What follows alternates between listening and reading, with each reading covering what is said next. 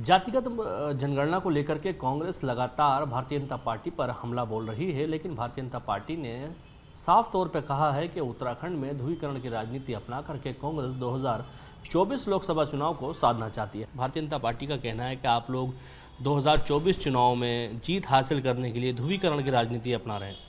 देखिए, जातिगत जनगणना की जो मांग है और कांग्रेस पार्टी का जो फैसला है कि हम जातिगत जनगणना अगर हमारी सरकार देश में आती है हम वहाँ भी कराएंगे और प्रदेश में आती है तो हम वहाँ भी कराएंगे, क्योंकि आप देखिए कि आज़ादी के बाद से अभी तक ऐसे बहुत से वर्ग हैं जो सरकारी योजनाओं के मामले में आप देखिए, चाहे आप सरकारी नौकरियों के मामले में देख लिए कि अभी उनके साथ जो है पूरी तरह से न्याय नहीं हुआ। मैं अगर उत्तराखंड की ही बात करूँ, उत्तराखंड में आप देखिए तमाम जनजातियां हैं, थारू हैं, बोक्सा हैं, ये हमारे यहाँ जौनसारी आप देख लीजिए, हमारे यहाँ अन्य भी कई इस प्रकार के वर्ग हैं। अगर जातिगत जनगणना में उनकी सही तस्वीर सामने आती है या आप देखिए कि जो भी मतलब इसके अन्य स्टेक होल्डर होंगे, तो अगर आंकड़े आते हैं, एक्सरे की तरह तस्वीर साफ होती है और सरकारी योजनाओं का लाभ उन तक पहुंच करता है, उनकी भी भागीदारी जो है बराबर की हिस्सेदारी होती है, उनकी जिसकी जितनी हिस्सेदारी होगी उसकी उतनी भागीदारी होनी चाहिए।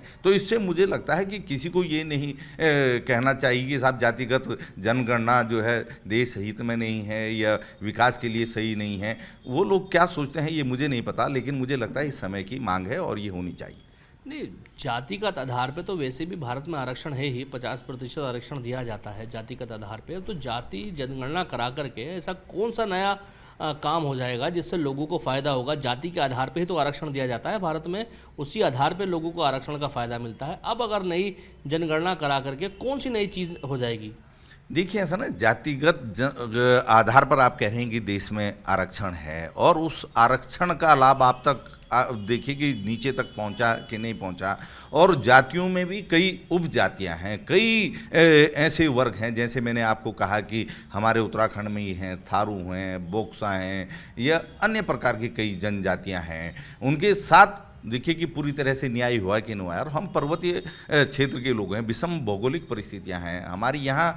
कई क्षेत्र ऐसे हैं कि जहाँ समय की मांग है कि उनको ओबीसी क्षेत्र जो है घोषित किया जाए। तो जब जातिगत जनगणना के आंकड़े आएंगे तभी इसका पता लगेगा कि अभी तक सरकारी योजनाओं का लाभ वहाँ तक पहुँचा है कि नहीं, जहाँ जिनको पहुँचना चाहिए। आरक्षण का लाभ जो है वहाँ तक पहुँचा है कि नहीं पहुँचा जहाँ तक पहुँचना चाहिए। तो अगर जातिगत जनगणना के बाद ये तस्वीर साफ होती है कि किसकी कितनी जनसंख्या है, किसकी कितनी हिस्सेदारी है, उसी के हिसाब से उसकी भागीदारी तय हो, तो इसमें बुराई क्या?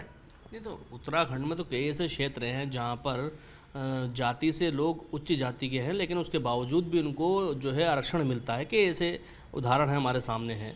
तो जातीय जनगणना जब होगी तो क्या उन लोगों का भी हक छीना जाएगा?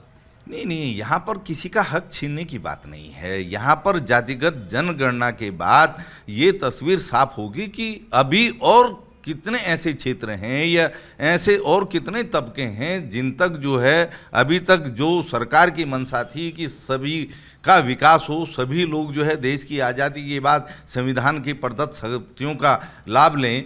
निश्चित तौर पर हम विषम भौगोलिक परिस्थितियों वाले राज्य हैं और आपने जैसा कहा कि यहाँ पर कई क्षेत्र हैं जिनको ओबीसी का दर्जा है, तो कोई अन्य क्षेत्र भी ऐसे हैं जहाँ ओबीसी की मांग लगातार हो रही है। तो इस जनगणना से ये साफ होगा कि आखिर ऐसे और कितने क्षेत्र हैं या ऐसे और कितने वर्ग हैं जहाँ तक ये लाभ पहुँचाने की आवश्यकता है।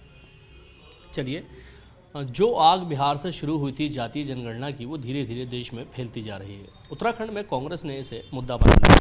वहीं भारतीय जनता पार्टी ने साफ तौर पर कहा है कि कांग्रेस अपने निजी हित के लिए उत्तराखंड में इस प्रकार की आग लगाना चाहती है। अब देखना ये होगा 2024 से पहले भाजपा क्या फैसला लेती है और कांग्रेस कैसे इसे चुनावी मुद्दा बना पाती है। Danish Khan, ABP live, Uttarakhand.